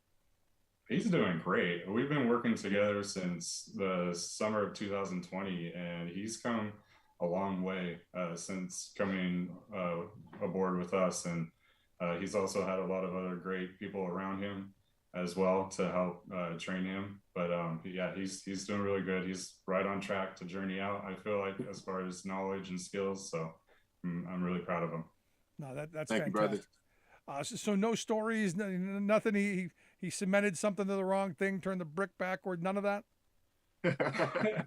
Oh, I'm sure there's some out there, but trying to put it on the spot, I'm like going through the catalog in my brain, trying to see if I can pull something, but I can't think of anything right now. We're always having fun, though. And that's the part of it. That's the great part of this. So let me ask you a last line of question for you here, Coty, because you're the important part of all this. CJ's already done his apprenticeship program. If you're talking to someone else, you're talking to a young kid who's getting out of high school. Let's say you're talking to my kid, who I'm trying to push in the direction of, learn a skill. If you want to go to college down the road after you have this skill that you could take with you, do that. What's the message to that kid? I'm telling them, first of all, I'll ask them because, there are things better than, if you have something better to do, that could possibly make you more money, and they have a plan, you plan it out, go that way. But if you don't, I would ask them, okay, what are you going to do? If it doesn't equal out to making close to 6 figures a year, then you need to go join an apprenticeship program, whether it be pipe fitting, whether it be electrician, whether it be bricklaying, whether it be, some type of union, because that's going to bring you security. It's going to bring you good pay. It's going to bring you health benefits. It's going to bring you a retirement plan. And all of those things are they're good ducks to have in a row for whatever direction you're going. Yeah, and it gives you an awful lot of options when you're making a decent family-sustaining wage. Now, let's not try and sugarcoat this. You guys bust your behinds, right? Absolutely, yeah, every day. We just got done with a 10-hour day together. And you still want to talk to each other after that. Good for you. Good for you guys. That's an important part of it. CJ, you get the last word on this. If you're out there talking to people, if you're talking to someone like Coty here, what's the pitch? There's something here to help you really advance your career. The union is an amazing thing. You have access to continuing education and as well as traditional training and everything. It's all paid for, so you're not having to pay this out of pocket. You're having good wages as well, and then different opportunities through that training, whether it's refactory for us or bricklaying or tile. There's all sorts of different options that you can follow, and then also the benefits are great. the retirement's great. And then it's also a really fulfilling career as well. No matter which trade you're doing, you can just sit back and look at these amazing things that you've done, and you can feel really proud of yourself. That's something that every time I talk to somebody who's in the trades and the apprenticeship, the apprentices who are coming through, that's one of the questions I ask, because everybody I know who's in the building trades, if you drive by something they touched, I did that. There's the pride that comes with the job, that no matter what it is, you've left a piece of something. You've got a legacy in the community, which I think is incredible. Yes, yes. I love going and seeing it. I always drive my kids nuts. It's like, look at that, and they're like, okay, we've seen that. Cool, yeah. Good stuff, guys. Yeah. I appreciate you taking some time for us, sharing your experience. I wish you guys the best. Hope you'll come back and talk to us again down the road. All right, thanks for having me. Thank you for having us. Good stuff, guys. I appreciate it. Look, as I've said before, these apprenticeship programs, they're available. Pretty simple. If you want to check out the Bricklayers and Allied Crafts Union, you want to check out their website, bac.org. We'll get links out on social media on how you can do that. I think it's important that you get active, you get involved in this. If you've got questions, thoughts, comments, I'd love to hear it. You can email me, rick@thericksmithshow.com. Let's take a quick break. Right back on the other side with your thoughts. 1-866-416-RICK, 1-866-416-7425. You got a story, question, comment? Let's get into it. Right back.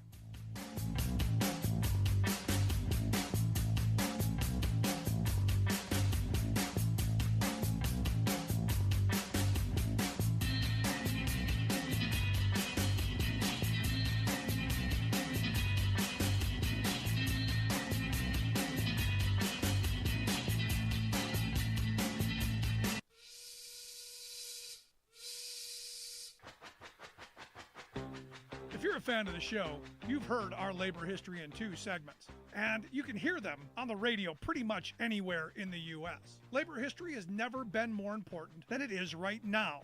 So here's what we'd like you to do. Tell a teacher. Tell a teacher that labor history is important and that they can get digestible 2-minute lessons that are absolutely free. Free to download, free to use, free to share. Tell a teacher to go to thericksmithshow.com/history and help us put labor back where it belongs, in the classroom.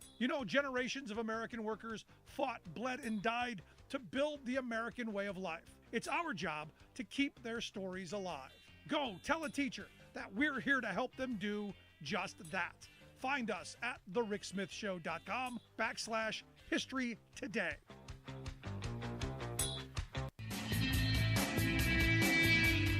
Welcome back to the Rick Smith Show. Now, here is Rick Smith.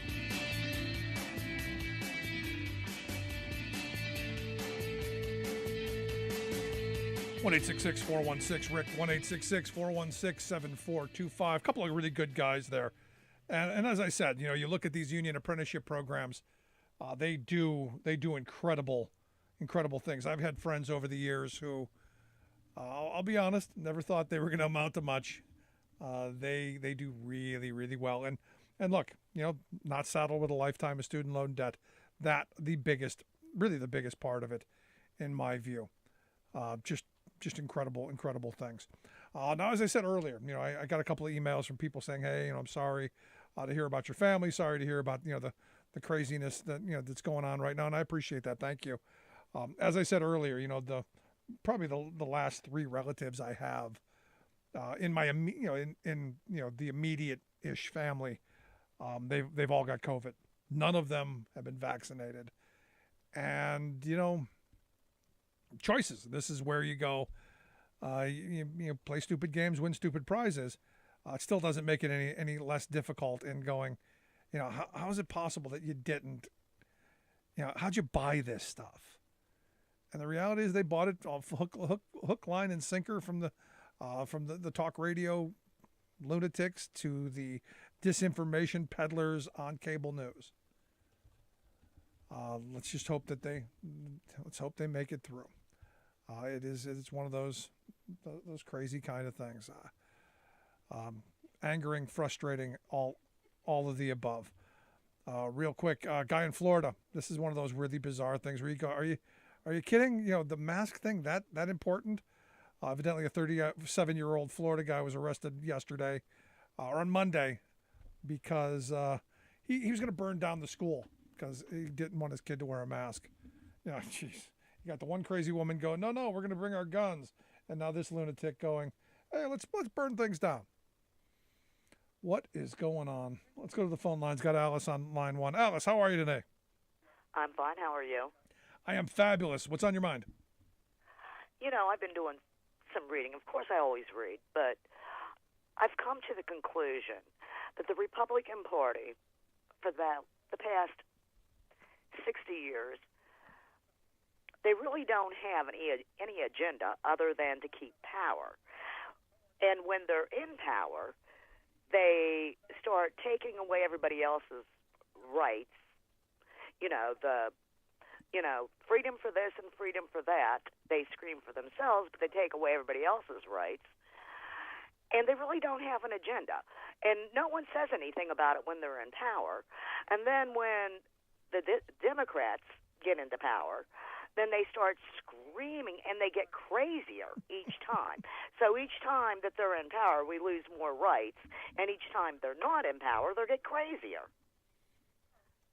Yeah, that sounds about right. I think you've nailed that one right on the head. I mean, just look back, and you just see, I mean, you start with Nixon and work your way up, and it's like, good grief. They've all lost their collective mind. Yeah, I mean, you go back to Nixon, and you go, at least he had ideas. I mean, some of them were really bad ideas, but there were at least ideas there. Even with Reagan, there were at least some ideas. I mean, in 2020, the Republican Party did not bother to put out a platform. They just said, whatever Donald wants. Right. And, we all knew what he wanted. And it's just crazy. And it's like, so the ones that are screaming about their rights are the first one to take away your rights. And the ones that are screaming about their freedom of religion are the very first ones to take away everybody else's religious freedoms. Yeah, it adds up, doesn't it? Yeah, let me ask you this. You got the guy in Tennessee claiming that he knows there are 6 witches in his congregation and talking about burning them. If this isn't taking us into a crazy place, I don't know what is. Well, exactly. And can you imagine if, let's just say, some witch, and I know people that are witches, and by the way, folks, witches do not worship the devil. They worship the goddess. But can you imagine if some witch would say, burn all the Christians? I mean, they'd be having the FBI show up and have them hauled off for terroristic threats. Yeah. No, we live in crazy times, Alice. We do. Have a good evening, Rick. Thank you so much. No, I mean, I had to throw that out there because yesterday we talked about the crazy, pastor, and I hate to call him even a pastor. But the cult leader, maybe. Let's go with that instead. The book burner, and I guess it's the burning. Maybe that's what the fetish is. Maybe it's the burning. Maybe it's the fetish of fire. Maybe he's just an arsonist, and we don't know what it is. But sad stuff. And look, it's getting, as she points out, it's getting worse and worse. Every administration. Let me leave you with this gem for this segment. Denmark was the first country to go, yep, we're lifting all the regulations, no more COVID restrictions, no more nothing. Evidently, they're getting slammed with COVID. And it's kind of a cautionary tale of what some folks are saying. Maybe you might want to look at Denmark and the fact that their numbers are going through the roof.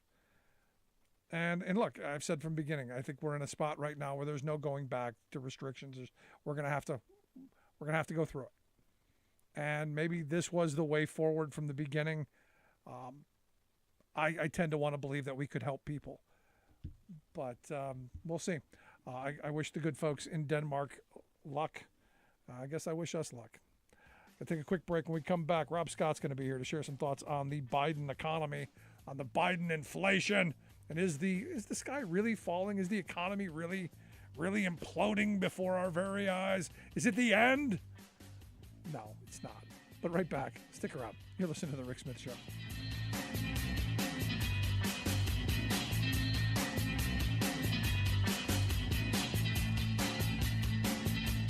I'm Rick Rick Smith, and this is Labor History in 2. On this day in labor history, the year was 1870. That was the day the powerful labor orator Leonora O'Reilly was born to an Irish immigrant garment worker in New York City. During her lifetime, Leonora left her special mark on the labor movement as a member of some of the leading organizations of working people of her day. At age 11, she went to work at a collar-making factory. By 16, she joined the Knights of Labor. Her activism as a feminist, suffragist, and trade union organizer led her to help form a chapter for women workers as part of the United Garment Workers of America. Leonora also helped to found the Women's Trade Union League chapter in New York. Although Leonora helped to found these women's organizations, she continued to push for men's unions to open up their doors to women members. She believed it would take men and women working together to improve labor conditions. Her skill as an orator put her in great demand.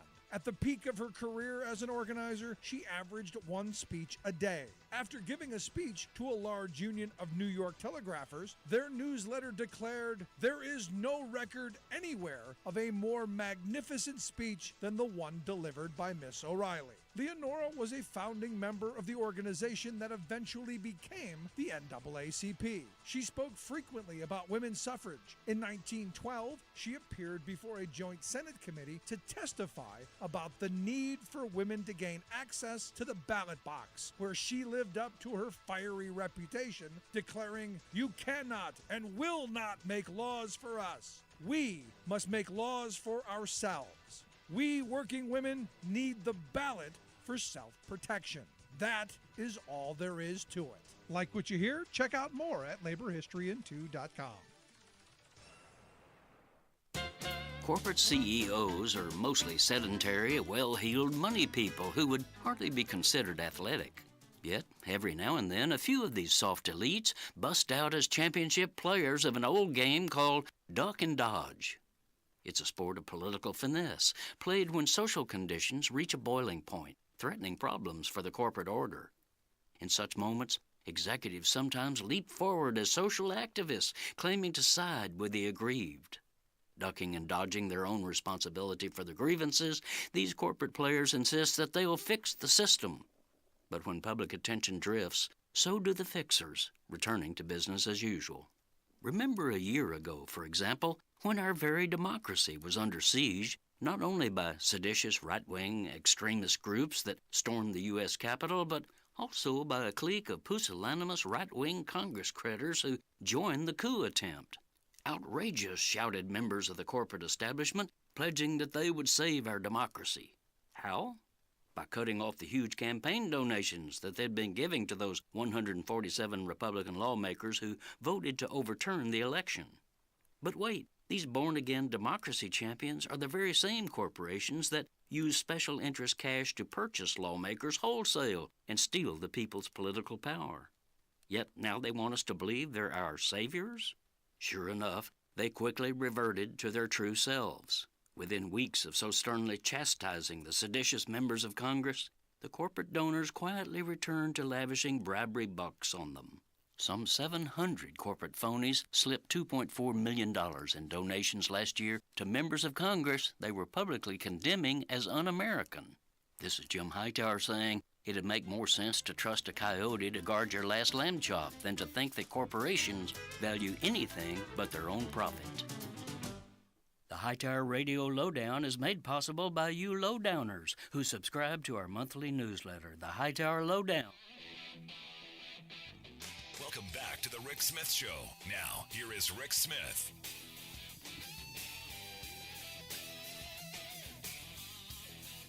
So $1 trillion.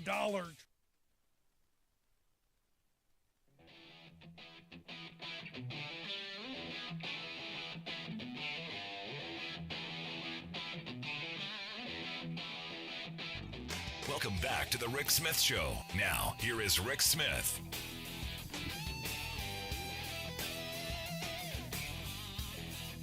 So $1 trillion trade deficit.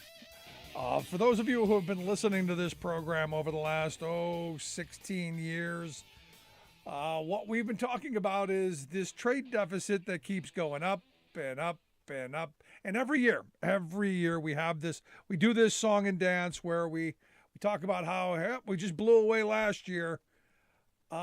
We just blew away last year, and in a big, big way, $1 trillion big way.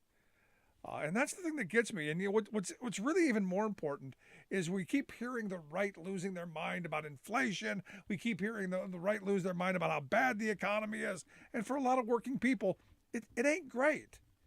But for our friends in the CEO boardrooms, boy, never better. In fact, our good friends over at the Economic Policy Institute point out that from 1978 till today, CEO pay skyrocketed over 1,300%, while you and me and everybody else who punches a clock and works for a living, a meager 18%. They're doing really, really well, shipping our jobs overseas, benefiting from when we need stuff, and then telling us the economy's bad and it's all Joe Biden's fault. And here to share some thoughts on why we should get rid of Joe Biden and get somebody.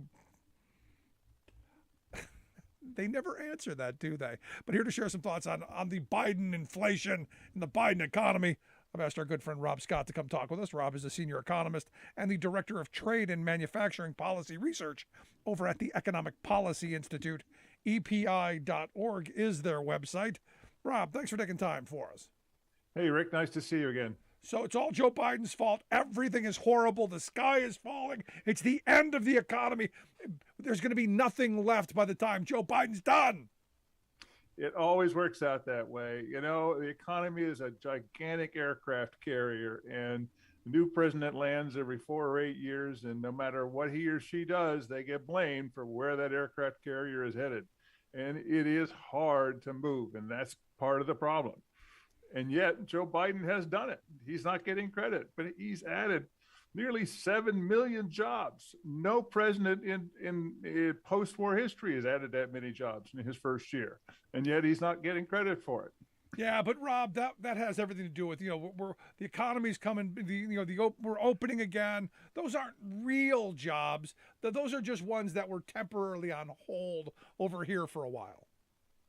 Well, that's what they said in 2007 in the housing crisis, and it was just going to be temporary, and the jobs are just going to come roaring back. Well, it took us, I think, 8 years in that case to recover all the jobs that had been lost in that recession, which at that point was the worst ever. But in this one, we've almost got complete recovery today, just about 18 months after the bottom of the COVID recession. So we're in much, much better place today than we were then. And I would argue that has a lot to do with the fact that we've gone big. We've not as big as I would like to have gone, but we've gone big, and we've gone and invested here in our country. We've done some smart policy moves.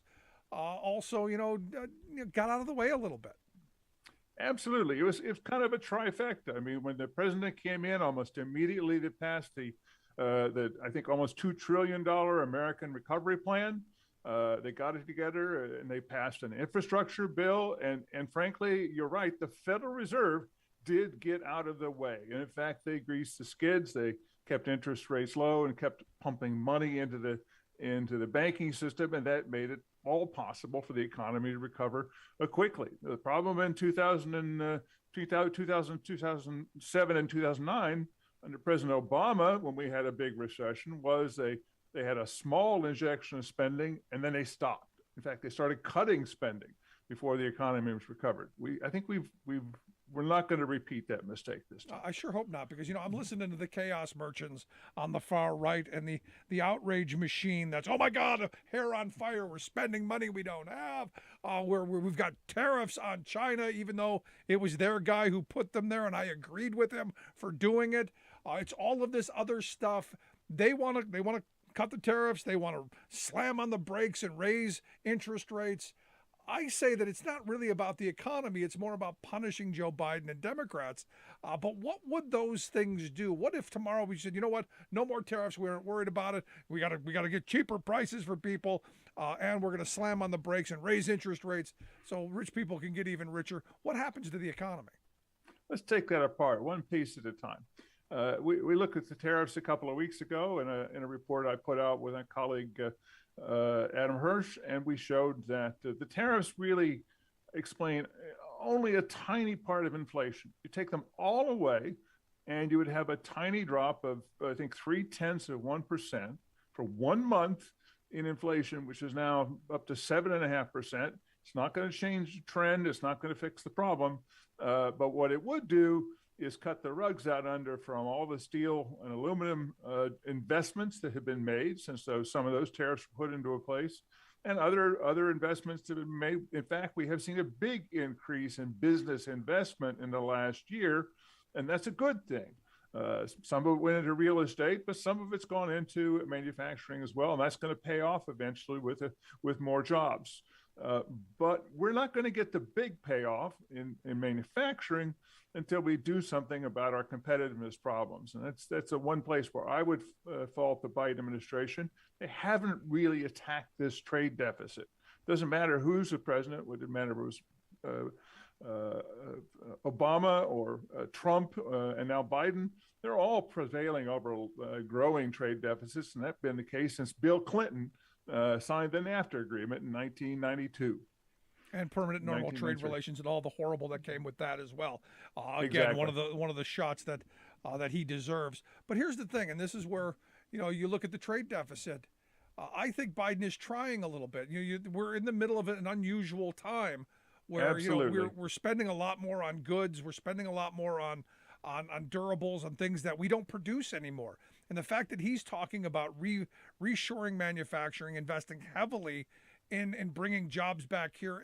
And now, I think it should be more. I look at this as a national security issue. We've had these conversations before, but this should be the wake-up call to us in this country. And this $1 trillion trade deficit number should be that final, oh my gosh, it's even worse than we thought, to get us moving in that kind of a direction to where as an entire country, we unite around the idea that manufacturing is good for our national security. Yet we've got a portion of the country ready to burn the other half down because they're not getting their way. Exactly. And I think that, the message is real. I mean, even those truckers in Canada were saying, look, we've been left behind, and nobody cares. Nobody cares that we lost our jobs, that our towns are shrinking, and we're going to get mad and do something about it. So we're going to set some fires, and we're going to shut some towns down, some bridges, and basically torch the economy. And that's what they did. But they had no plan for what they wanted us to do. And I think that's the problem with that kind of outrage. I think Biden is acting, certainly. You're absolutely right. There's a big commitment to Buy America. There's a big commitment to electric vehicles. The president is taking steps administratively where he can to do that. I think the next act is going to be, we hope, the passage of the Competes bill. It's a big package of investments in training and R&D, and it renews the Trade Adjustment Assistance Program, which helps displaced workers. And it's got several $100 billion of investments for research and development and new chip factories, that sort of thing. So I think that's going to be an important first step in developing a new American industrial policy.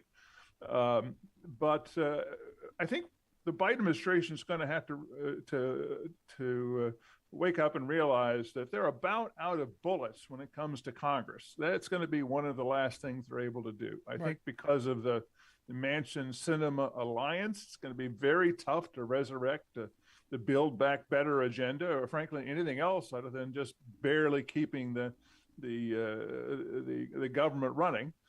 So the president needs to look at his toolkit of executive actions. And I think here is where we can find some options. The president can begin to take steps to make us much more competitive.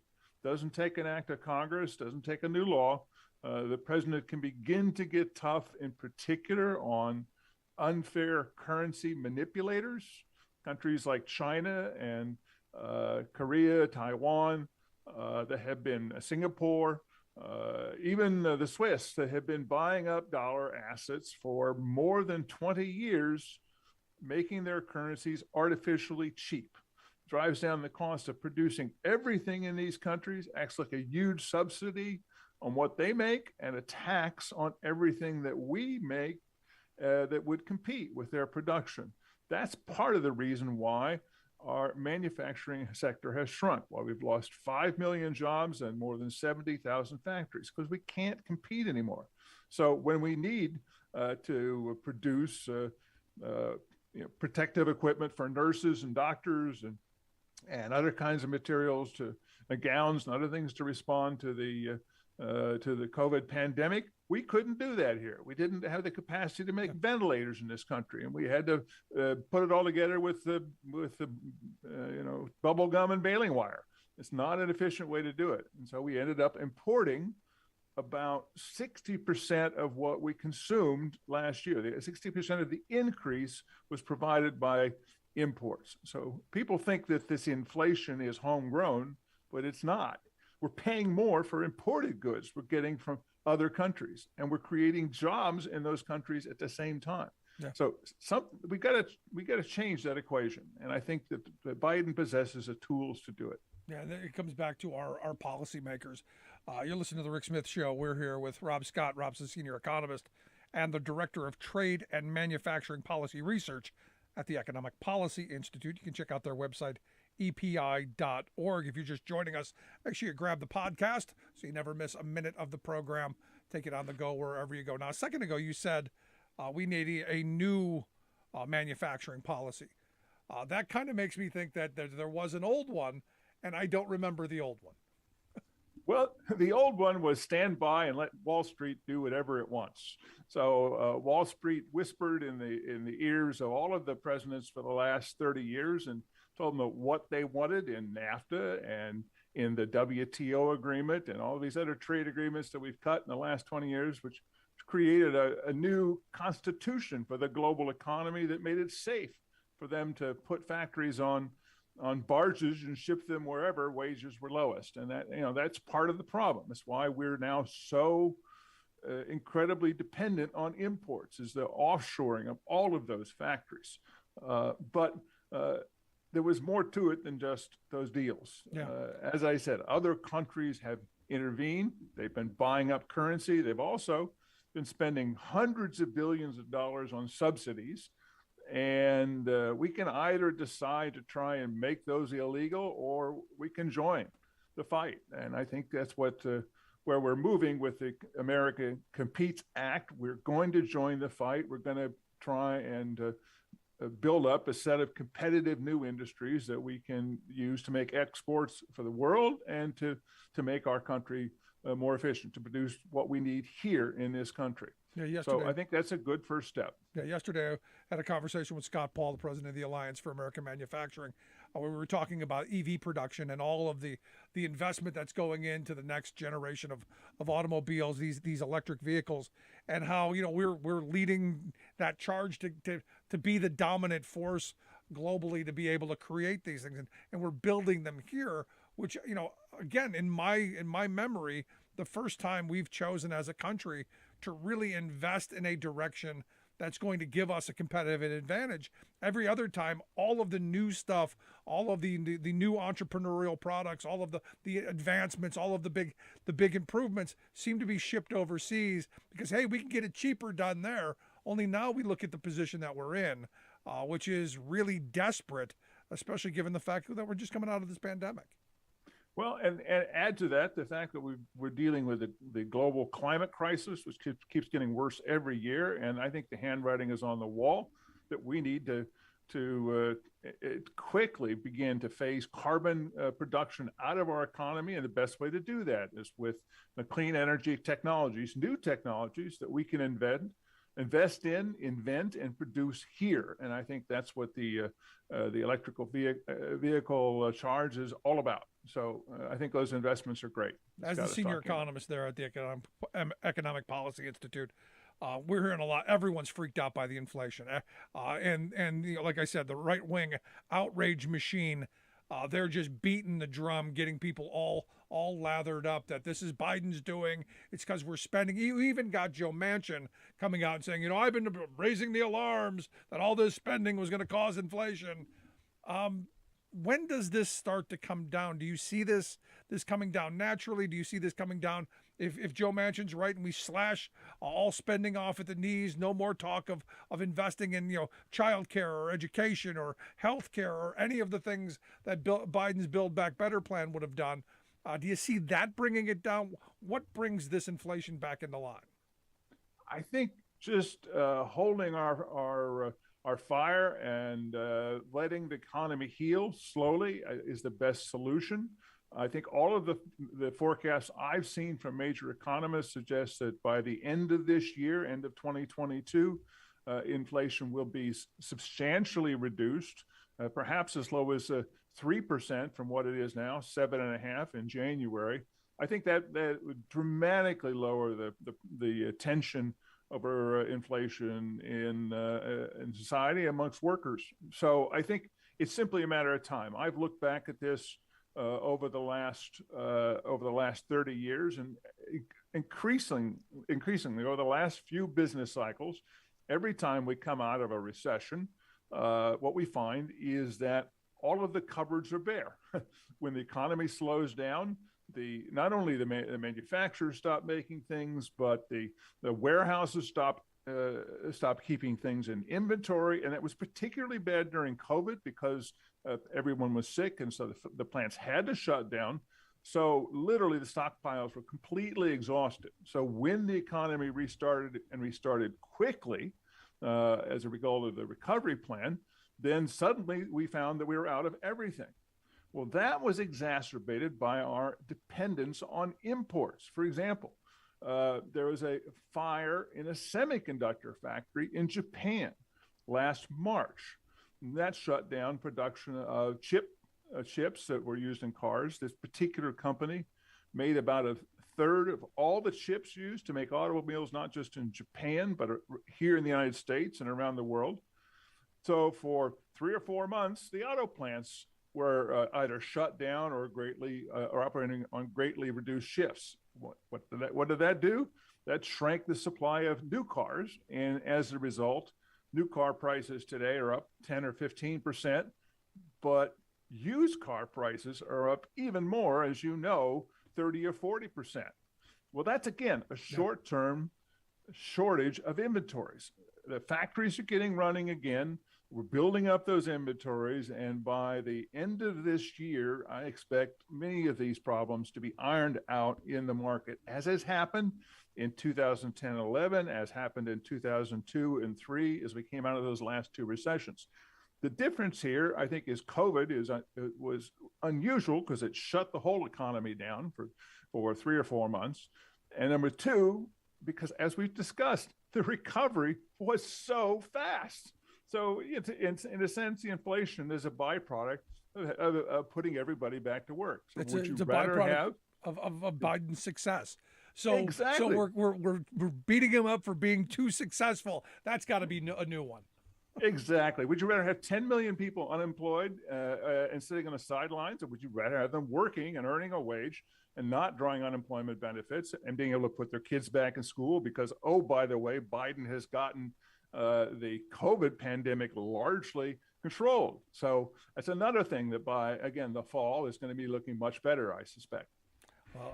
The good news, because we got a lot of work to do on that front as well. But Rob, I appreciate the time, the thoughts, the information. Always great talking with you, my friend. And you too. Thanks. Good stuff. Our good friend Rob Scott. Make sure you check out their website, epi.org. We'll get links out on social media. You can take a look at the work that Rob and the rest of the good folks over at the Economic Policy Institute put out. Going to take a quick break. Right back. Stick around. You're listening to The Rick Smith Show, where working people come to talk.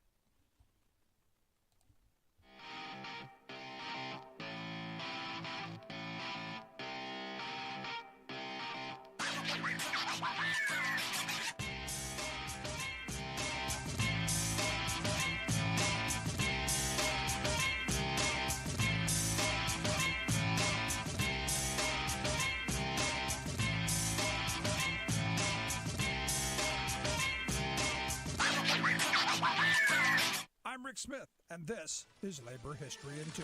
On this day in labor history, the year was 1910. That was the day the uprising of the 20,000 officially ended in New York City. As many as 30,000 young, predominantly immigrant Jewish women went back to work after a bitter 11-week strike. They faced down their bosses, the police, and the courts. Arrests and fines drained much of the union's funds. Young union leaders like Clara Lemlich had been arrested 17 times and suffered 6 broken ribs. Women garment workers spent most of the winter running to union meetings, handing out leaflets, walking picket lines, raising funds, and distributing strike benefits. Many smaller shops settled in workers' favor early on in the strike. But by mid-February, closed shop demands kept many workers on the picket lines. The strike ended with partial but real victories. Garment workers won the 52-hour work week, 4 paid holidays, employer-paid tools and materials, collectively bargained wages, and more. The International Lady Garment Workers Union started the strike with 100 members and had 20,000 by the end.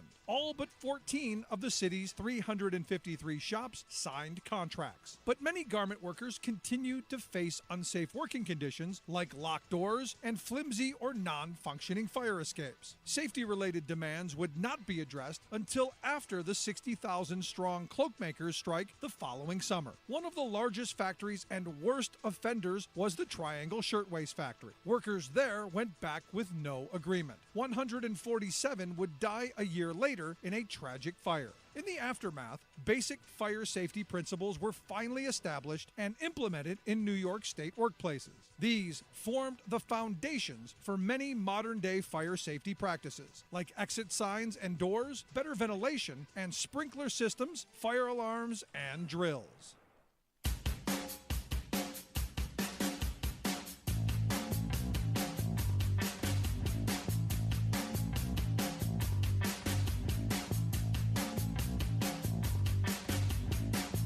Welcome back to the Rick Smith Show. Check out our website, thericksmithshow.com. Questions, comments, something on your mind, you can email me, rick@thericksmithshow.com. You know, I look at the sad reality of that $1 trillion number. And look, I saddle all of this on both parties, Democrats and Republicans. You go back to the NAFTA era, and yeah, Clinton signed it, but it was birthed under Reagan, fully negotiated under George H.W. Bush, and a number of people in both parties voted for it. And a number of people in both parties voted against it. This was a bad idea from the beginning. This was the moneyed interest. These were the neoliberal Democrats and the ultra-conservative libertarian-type Republicans throwing in, going, no, we need to have open borders for trade. No, we can't have borders for people. Make sure nobody comes and goes. But goods, yeah, we need to be able to move jobs overseas, hold the people here, and then ship that stuff back. And everyone knew what it was going to eventually be. There was the guy with the giant big ears. He was running around screaming, giant sucking sound. And that's what we got. A giant sucking sound of jobs out of this country. And now we're in a situation where, like I said at the beginning, CEOs have done wildly well, man. Over 1,300% in their paychecks since 1978, while you and me and the rest of us, a meager 18%. And the jobs that we're doing, they're not the kind of family-sustaining wage jobs that they were. They aren't the kind of jobs that had dignity and respect attached to them. Oh, no. They gave us service sector jobs where you wash my dog, I'll wash your window. You cut my grass, I'll scrub your porch. That kind of stuff. And it doesn't pay, clearly. But our CEO is doing really well. I look at Carnival Cruise's CEO, this guy Arnold Donald. Who does that to a child? But Arnold Donald, his compensation in 2021, $15 million. A $6 million performance bonus in a time when, well, it was mostly all shut down. In 2020, when it was actually shut down, he pocketed $13.3 million. Got a raise that year from the year before, which was $11 million. You go, how's that possible? When all of those people lost their jobs, he's still pocketing money somehow? It's crazy. And you look at what the Wall Street Journal came out with the other day. There were 118 major companies that were taken over, were bought out during the pandemic. Of that, the executives, the CEOs, virtually all of them were taken care of. Virtually all of them got golden parachutes. You know how many of the workers got anything? Well, as close to zero as you can possibly get. And this is the problem here. This economy isn't meant for you and me. It's not made for us. It's meant for them. And there's just so much more to this. It's insane, and it's just, well, at some point I hope we do wake up from it. And I hope we push back. I hope we finally do get angry. I'd love to see that anger from the trucker convoy find its way here for the right reasons. Just my thought. If you missed any of today's program, thericksmithshow.com. That's where you go to get the podcast. The Rick Smith Show app on the smartphone. Take the program on the go wherever you're going. As always, email me, rick@thericksmithshow.com. Make sure you follow us on social media, Twitter @RickSmithShow, Facebook, YouTube. Like, subscribe, share, all of that. Thanks so much for being here. We'll see you back here next time.